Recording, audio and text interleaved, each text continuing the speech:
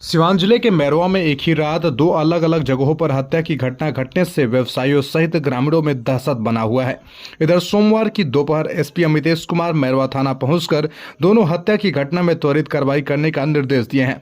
लगभग 40 minute SP, inspector, SDPO और थाना प्रभारी की बैठक हुई, जिसमें आपराधिक घटना में त्वरित कार्रवाई, शराब माफियाओं पर लगाम लगाने समेत कांडों के अनुसंधान जल्द से जल्द करने का निर्देश मिला है। एसपी के मैरवा 2 बार आने पर पुलिस महकमे में हड़कंप मचा हुआ है। मैरवा में आपराधिक घटना का ग्राफ काफी तेजी से बढ़ रहा है। अपराध नियंत्रण करने में पुलिस पूरी तरह से फेल है।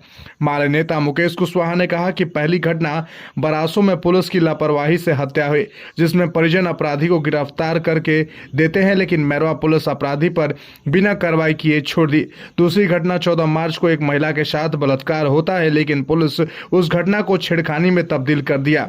माले नेताओं के आंदोलन के बाद पुलिस बलात्कार वाली घटना में कार्रवाई किया। पुलिस के द्वारा अपराधियों पर कार्रवाई नहीं करने से उन लोगों का मनोबल बढ़ा है जो आए दिन हत्या की घटना लगातार कर रहे हैं। पुलिस केवल शराब के पीछे दौड़ रही है, लेकिन पुलिस केवल शराब पकड़ती है, चालक और तस्कर फरार हो जाते हैं। पुलिस को शराब के साथ अपराध की घटना में कड़ी कार्रवाई करनी चाहिए। माले विधायक अमरजीत कुशवाहा ने विधानसभा सत्र में आपराधिक घटना लगातार बढ़ने और पुलिस के द्वारा कोई कार्रवाई नहीं करने का सवाल किया था।